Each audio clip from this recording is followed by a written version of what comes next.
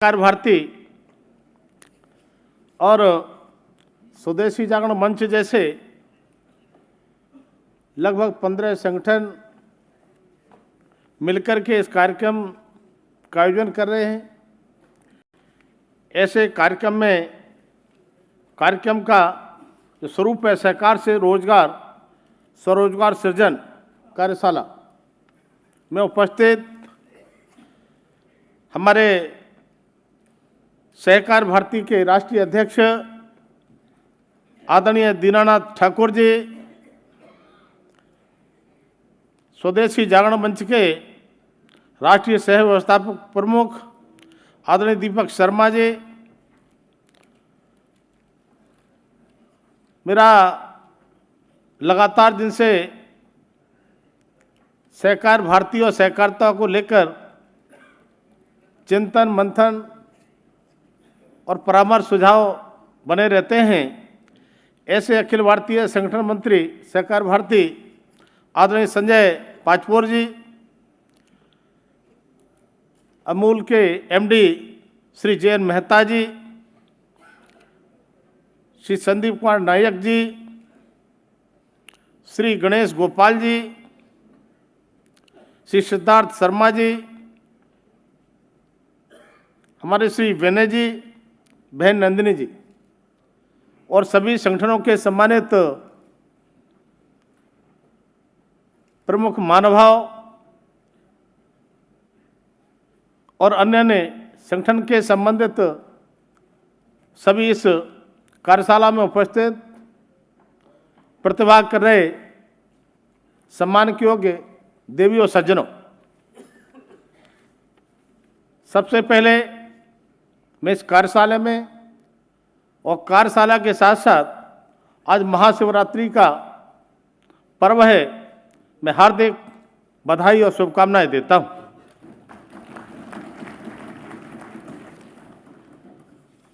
सबसे पहले आपके इस कार्यक्रम के माध्यम से आदरणीय प्रधानमंत्री नरेंद्र मोदी जी को मैं बधाई देना चाहता हूं, उनका धन्यवाद देना चाहता हूं कि जिन्होंने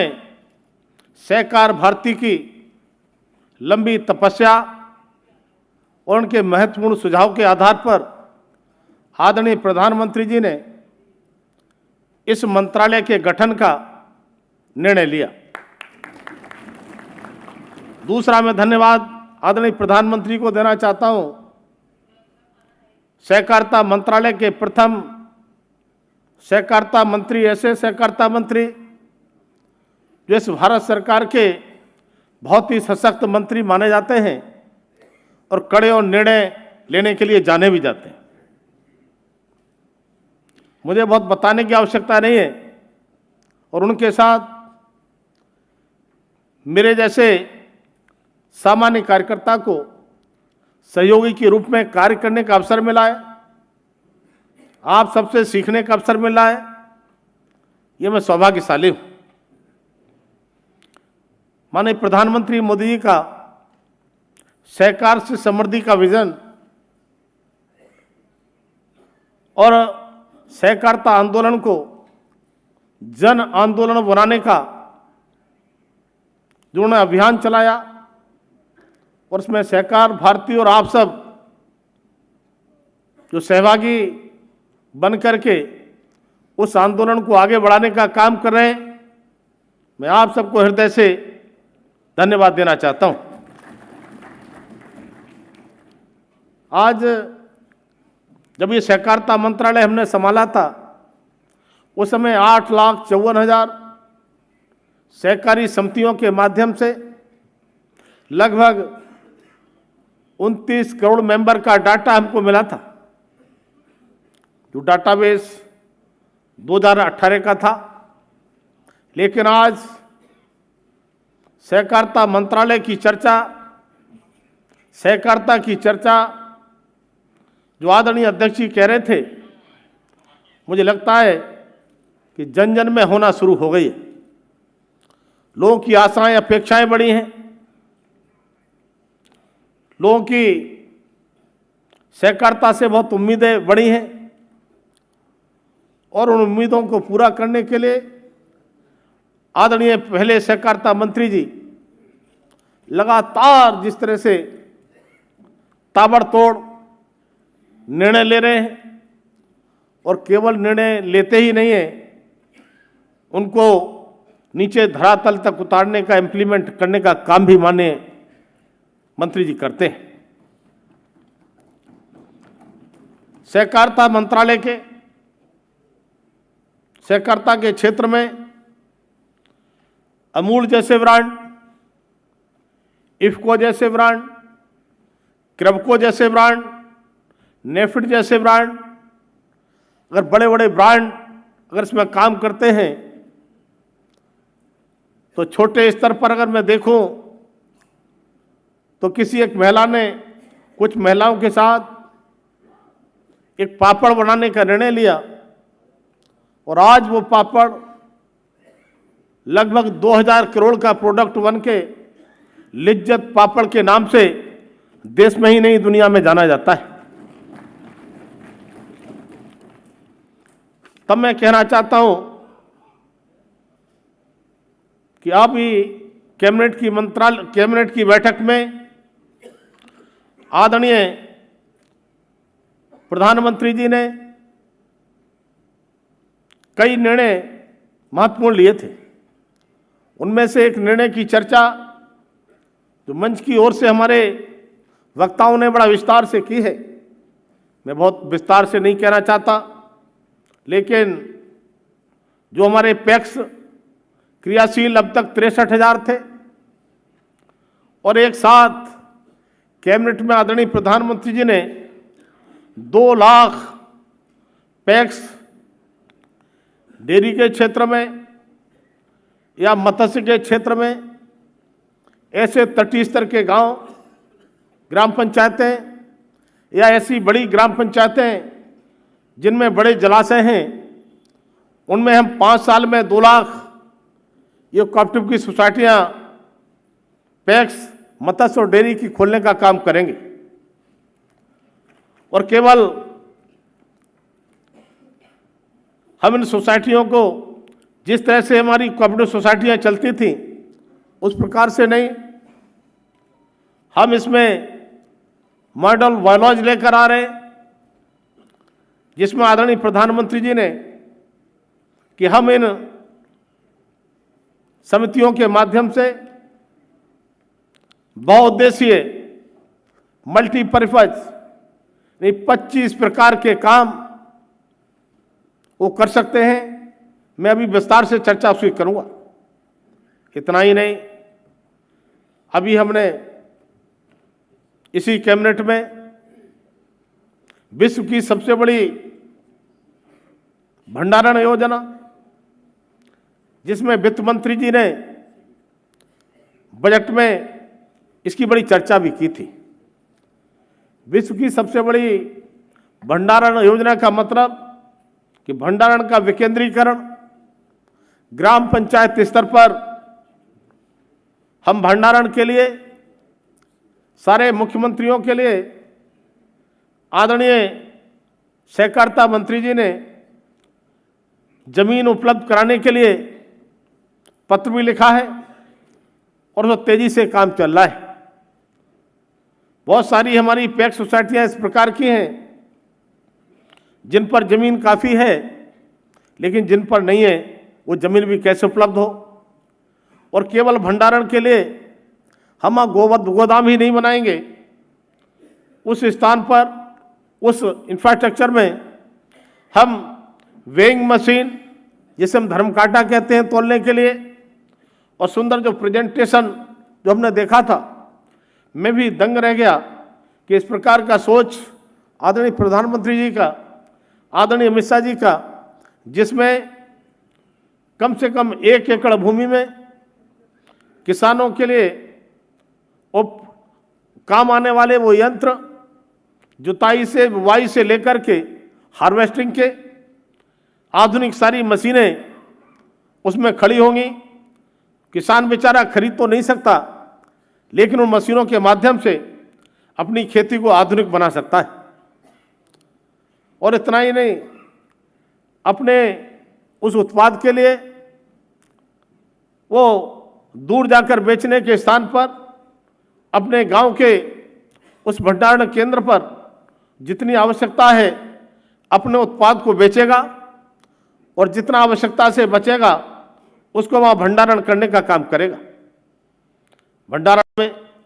गोदाम भी होगा, कंटेनर भी होंगे जो एयर टाइट होंगे, माइनस टेम्परेचर के हमारे शीतगृह भी होंगे। किस प्रकार का भंडारण किसका होना है, सब्जी का होना है कि अनाज का होना है, सभी प्रकार की सुविधाएं। और केवल इतना ही नहीं, हम सुविधाओं के साथ साथ जो किसान भंडारण करेगा उसमें इस प्रकार की व्यवस्था भी लाने वाले हैं कि छोटे से छोटा भी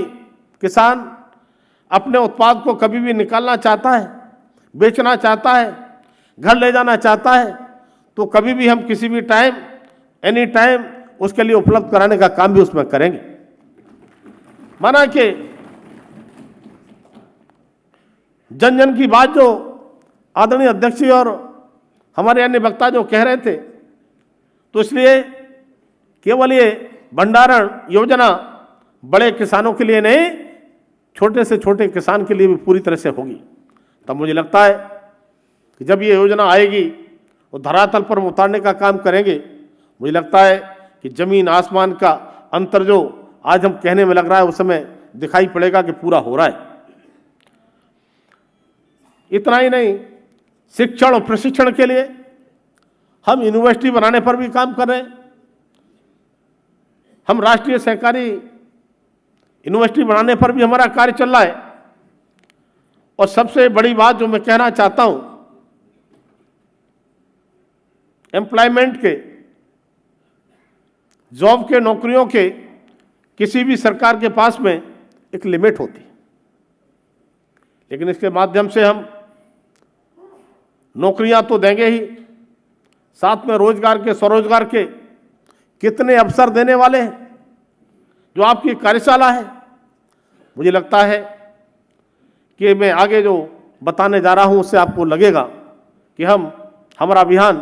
जो आज ये स्वावलंबी भारत अभियान, ये राष्ट्रीय कार्यशाला जो आपकी हो रही है,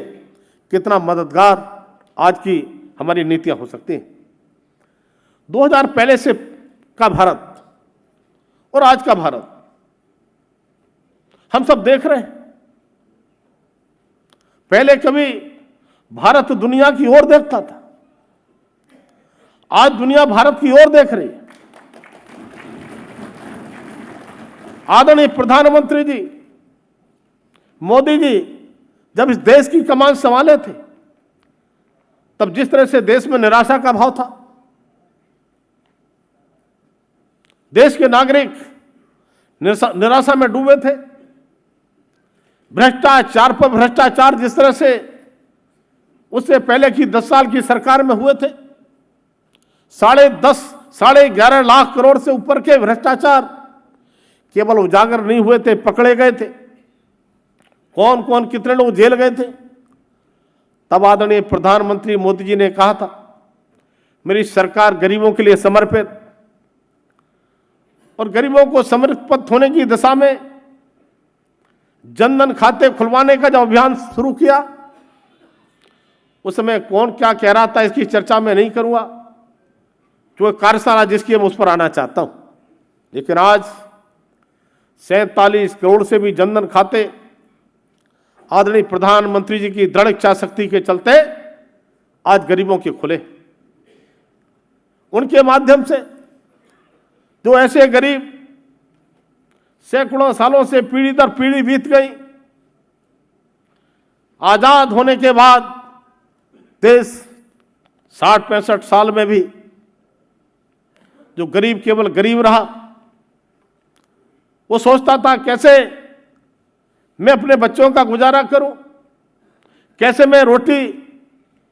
बच्चों को खिलाऊं, पेट भरूं।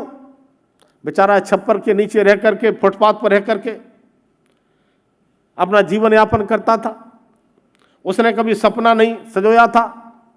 कि मैं अपना मकान बना सकता हूं, कभी 1 लाख रुपया इकट्ठा कर सकता हूं, क्योंकि उसने 1 लाख रुपया देखा भी नहीं था। लेकिन आज बिलो पावर लाइन के नीचे जो लोग थे, 2014 से पहले जिस तरह से हमने उनको निकाल करके बिलो पावर लाइन से, गरीबी की रेखा से आज मिडिल क्लास में भेजने का जो काम किया है, मुझे लगता है कि 3,60,00,000 गरीबों को हमने प्रधानमंत्री आवास दिए। केवल आवास ही नहीं, उनको शौचालय भी दिया, उज्ज्वला गैस योजना का कनेक्शन भी दिया, सौभाग्य योजना से बिजली का कनेक्शन भी दिया, 5 लाख तक के इलाज के लिए आयुष्मान भारत का कार्ड भी दिया, किसान अगर है तो हमने किसान सम्मान निधि भी दी, और ऊपर से फ्री राशन देने का काम भी किया। तो जिन लोगों ने कभी सपना नहीं सोचा था, तब मैं मंचासीन सभी अपने महानुभाव से कहना चाहता हूं, आज वो गरीबी की रेखा से नीचे वाला गरीब नहीं है। अब उसकी इच्छाएं जागी हैं कि मेरा घर हो गया, सुविधाएं हो गई, फ्री राशन भी मिल रहा है, लेकिन मुझे भी रोजगार चाहिए, मुझे भी जॉब चाहिए, मैं भी अपने बच्चों को मजदूरी नहीं कुछ कराना चाहता हूं। तो उनको पूरा करने के लिए मुझे लगता है कि इस मंच से अच्छा कोई और मंच नहीं हो सकता, उनके लिए हम मिलकर के पूरा करना चाहते हैं। यह जिम्मेदारी भी हमारे कंधों पर आई है, और आज हम कह सकते हैं 2014 में जब आदरणीय प्रधानमंत्री मोदी जी ने कमान संभाली थी, तो अर्थव्यवस्था में हमारा देश भारत 10वें स्थान पर खड़ा था, और आज कोविड वैक्सीन, कोविड के बाद में भी, इस महामारी के बाद में भी 10वें स्थान से हम 5वें स्थान पर पहुंचे हैं, 5वें स्थान पर। और उससे भी खुशी की बात यह है कि 5वें स्थान पर तो पहुंचे हैं, लेकिन 6ठे स्थान पर जिस ब्रिटेन को हमने पीछे किया है, जिन्होंने हम पर लंबे समय तक शासन किया, जिन्होंने गुलाम बना के रखा, वो ब्रिटिश हुकूमत, उनको हमने 6वें स्थान पर धकेलने का काम किया है, और भारत उनको पछाड़ करके 5वें स्थान पर आया। और आज जब $5 ट्रिलियन की बात हम करते हैं, तो मुझे लगता है कि ये मंच और ये सहकारिता, यही उस $5 ट्रिलियन की अर्थव्यवस्था को सबसे ज्यादा कोई काम कर सकता है, सहभागिता कर सकता है, तो यही सहकारिता मंत्रालय कर सकता है, सहकारिता विभाग कर सकता है। तब मैं संक्षिप्त में, चूंकि समय ज़्यादा हो गया है, हालांकि अनुमति मुझे मिल गई है, लेकिन आपके लिए समय का बंधन नहीं है, लेकिन मुझे चिंता है आप सबको किसी को घर भी जाना होगा, तब मैं कह सकता हूं कि आज हम सहकारी फाइनेंस का हिस्सा लगभग हम कृषि फाइनेंस में 25%, उर्वरक में 35%, उर्वरक उत्पादन में 25%, चीनी के उत्पादन में 31%, दूध खरीद में उत्पादन में हमारा विपणन लगभग 25%, और साथ ही मछली उत्पादन में 21%। और इसके लिए नए क्षेत्रों में सहकारिता की पहुंच बढ़ाना, युवाओं महिलाओं को जोड़ना, शिक्षण प्रशिक्षण को हर स्तर पर पहुंचाना, नवीन तकनीक का उपयोग, पारदर्शिता जैसी चीजें आवश्यकताएं उनको पूरा करना, नई सहकारिता नीति और उपयुक्त सरकारी हस्तक्षेप के माध्यम से सभी बाधाओं को दूर करने की आवश्यकता भी है, जिससे सहकार से समृद्धि के लक्ष्य को हम पूरा कर पाएंगे। ऐसी क्रम में सहकारिता ने जो जीवंत और वास्तव में मजबूत निर्णय लिए हैं, उनमें से सबसे महत्वपूर्ण निर्णय है कि हमारे 63,000 जो पैक्स क्रियाशील हैं, उनमें माननीय प्रधानमंत्री मोदी जी ने 2,516 करोड़ रुपए की व्यवस्था की है। उसमें हम कॉमन सॉफ्टवेयर से उनके लिए कंप्यूटरीकृत करेंगे, उसमें पैक्स होगा, डिस्ट्रिक्ट कोऑपरेटिव बैंक होगा, स्टेट कोऑपरेटिव बैंक होगा और नाबार्ड होगा, चारों का कॉमन सॉफ्टवेयर से। और हम आवश्यकता पड़ेगी किसी भी प्रकार का ऋण पैक्स से मिल पाए, आवश्यकता पड़े उसे रिफाइनेंस हम कोऑपरेटिव बैंक से या नाबार्ड से हम करेंगे। तो कुल मिलाकर मैं कह सकता हूं कि आज 13 करोड़ के आसपास जो किसान हमारे इन पैक्स से जुड़े हैं, उनको सीधा सीधा लाभ मिलने वाला है। इतना ही नहीं,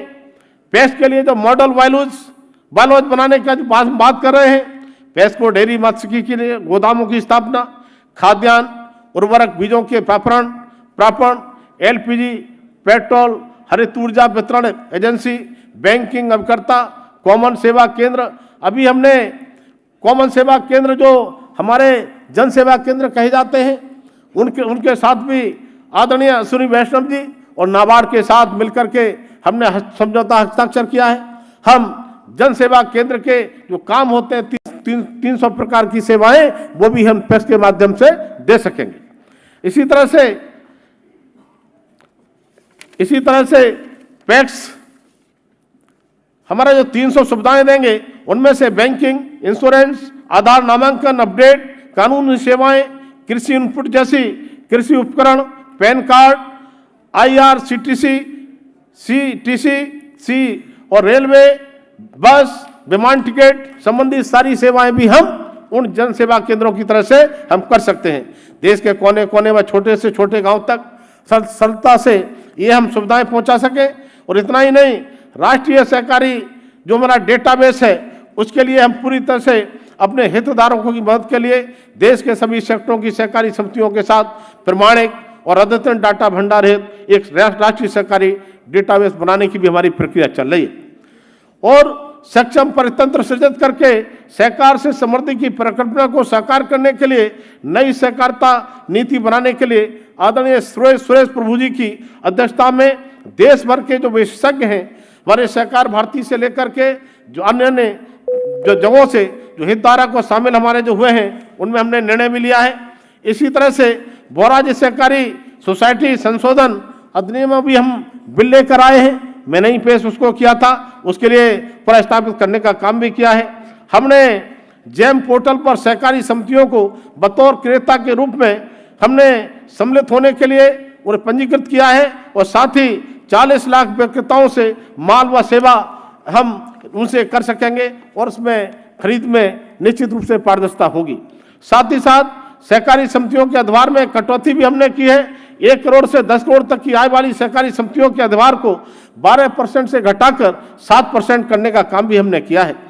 इसी तरह से न्यूनतम वैकल्पिक कर कटौती में सहकारी समितियों के लिए न्यूनतम वैकल्पिक कर की दर को 18.5% से घटा करके 15% हमने करने का काम भी हमने किया है। इसी तरह से हमने जो विनिर्माण कार्य आरंभ करने वाली नई सहकारी समितियों, उनके अधिभार के लिए भी 30% तक की मौजूदा दर की तुलना में 15% की सपाट दर से जो सीधा कर लगाने की घोषणा भी हमने की है। इसी तरह से हमारे केंद्रीय बजट 2023-24 में सहकारी समितियों के स्रोत पर कर कटौती किए बिना उनकी नकदी निकासी की सीमा को भी 1 करोड़ से बढ़ा करके हमने 3 करोड़ तक करने का काम किया है। साथ ही साथ हमने सहकारी चीनी मिलों पर किसानों को उचित और लाभकारी मूल्य कैसे मिले, इसके लिए राज्य की सलाह मूल्य SAP तक गन्ने के उच्चतर मूल्यों के भुगतान करने पर अब कोई टैक्स नहीं देना पड़ेगा, उसकी व्यवस्था भी हमने की है। साथ ही साथ केंद्रीय बजट में 2023-24 में घोषणा की है कि मूल्यांकन वर्ष 2017 से 16-17 से पूर्व सहकारी चीनी मिलों द्वारा गन्ना किसानों को किए गए भुगतानों का व्यय के रूप में दावा करने की अनुमति होगी, जिसमें हमने इस बजट में 10,000 करोड़ की व्यवस्था भी उसके लिए हमने की है। साथ ही साथ बहुराज्य सहकारी सोसाइटी अधिनियम के तहत राष्ट्रीय स्तर की नई सर्वोच्च बहुराज्य सहकारी बीज, जिसके लिए कहा गया हमारी सीड्स की, हमारा साथ ही साथ जो हमारे जैविक उत्पाद होंगे उसके लिए, और तीसरा जैविक के साथ साथ एक्सपोर्ट, 3 के लिए हमने, क्योंकि मैं शॉर्ट में कह रहा हूं इसलिए इसकी व्यवस्था भी हमने की है। इसी तरह से आने वाले समय में हम बहुराज्य सहकारी सोसाइटी अधिनियम 2002 के तहत राष्ट्रीय स्तर की नई सर्वोच्च बहुराज्य सहकारी निर्यात समिति की स्थापना भी एक अम्ब्रेला संगठन के रूप में हम कर रहे हैं, जो सहकारी क्षेत्र से की जाने वाले निर्यातों को बढ़ावा मिलेगा। और अंत में मैं आप सबसे निवेदन करना चाहता हूं, स्वावलंबी भारत अभियान के 4 स्तंभ हैं जिन पर मजबूत और आत्मनिर्भर भारत का निर्माण होगा। विकेंद्रीकरण, स्वदेशी और उद्यमता, और ये तीनों ही अगर हैं तो चौथा यानी सहकारिता, इससे ही हासिल हम कर सकते हैं। इसलिए सहकारिता जितना मजबूत होगा, और इसके लिए मुझे बहुत ज़्यादा चर्चा नहीं करूँगा, सहकार भारती के एक से एक महान विद्वान यहाँ पर बैठे हैं। आदरणीय अध्यक्ष जी ने मुझसे कुछ मंत्रालय संबंधी कुछ कहा था। माननीय अध्यक्ष जी सहकार भारती से मैं आज से नहीं,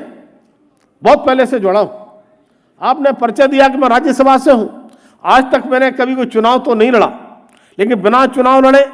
सीधा राज्यसभा और आपके बीच में यहाँ पर सहकारिता राज्य मंत्री और नॉर्थ ईस्ट डेवलपमेंट मिनिस्टर राज्य मंत्री के रूप में आपका काम कर रहा हूं। मैं विश्वास के साथ कह सकता हूं, आपके द्वारा जो सुझाव आएंगे उनके लिए इम्प्लीमेंट करने के लिए मेरे स्तर से जो भी प्रयास हो सकेंगे उनके लिए पूरी तरह से मैं करूंगा। साथ ही साथ एक संगठन का कार्यकर्ता होने के नाते आप जैसे सारे डेलीगेट्स जो प्रतिभाग कर रहे हैं, आप सबसे मैं आग्रह करना चाहता हूं, मेरे मंत्रालय के लिए या मेरे स्तर से कोई भी समस्या का निदान अगर हो सकता है, उसके लिए मेरे दरवाजे माननीय पाचपुर जी जानते हैं, देखते हैं, सुबह से लेकर शाम तक खुले रहते हैं। मंत्रियों की तरह से शायद मेरे लिए टाइम किसी को लेने की आवश्यकता ज़्यादा नहीं पड़ती है। अगर दिल्ली में उपलब्ध हूँ तो आप कभी भी आप आ सकते हैं। 4 नंबर उमाशंकर दीक्षित मार्ग, चाणक्यपुरी मेरा आवास है। आप सबका स्वागत है। बहुत बहुत धन्यवाद। जय हिंद, जय भारत।